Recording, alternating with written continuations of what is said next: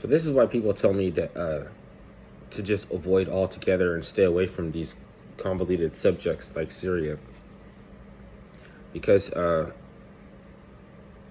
there are things that happen that are not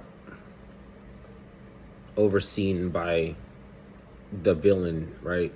So because that villain's regime is already fucking up, it's kind of enticing to get a narrative going based off something that you might blame on them that they didn't do.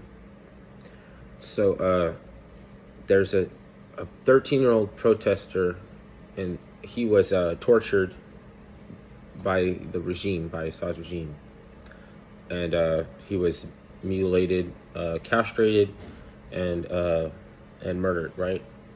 That's horrible. But because something is horrible,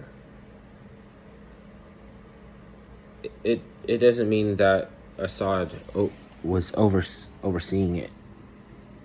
Like, how could you think that Hitler could do the Holocaust? Like, Hitler was down to subjugate the Jews. He was. Did he oversee the phase when they started to like genocide them though? Or it, like, you have to know that just the fact that you have a villain, it also entices those who say like we act in your best interest to kind of LARP and to do the same, if not worse. So gassing the Alawites in Syria was worse because it's more people. I would say that castrating and mutilating is worse than being gassed. I don't know. I can't really tell you that, but there's definitely more people involved with, you know, a community, right, than it was with a one detained person, right? I'm not going to say that only one detained person met their end or their fate at the same way. Like, why is it necessary to make yourself look like a buffoon idiot just because it's a little bit convoluted?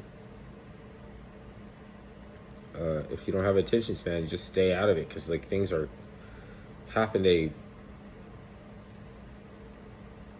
I don't know if this is just because of the sentiment that you might have, thinking that I don't trust the new leader of Syria. Why don't you trust him? He's a freedom fighter. He's the liberator. He saved everybody. There's like, he doesn't control everybody, and there's still a backwater. I seen videos of his troops shooting at little old ladies in the doorway. They were chasing 2 Syrian officials on a bicycle, shooting at them, and then when there was a lady peeked out her doorway, and they shoot at her too. So like, they're all a bunch of fucking backwater assholes. So don't be surprised if something horrific happens. I mean, I'm not saying that it was faked, but at the same time, that it wasn't faked. Assad was not overseeing this thing.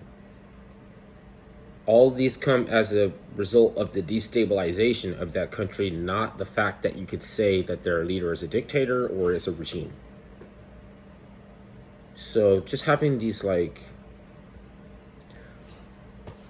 you know, like, oh, that looks neat, I'll just like massage it into my scalp. I don't need to keep it 100 or be thorough, or I'll just be influenced by whoever's consensus. It seems like whoever that is going to be in power, like, they can write the history books. So in the future, you're going to have to insult your own children's history books. You're going to be like, in my day, we had this. The stuff you have now is crap. And then they're not going to want to study and get straight A's, because you talk shit about their books. You have to say that their books are excellent condition and just keep striving. And just keep, your books are excellent. Like, just keep trying.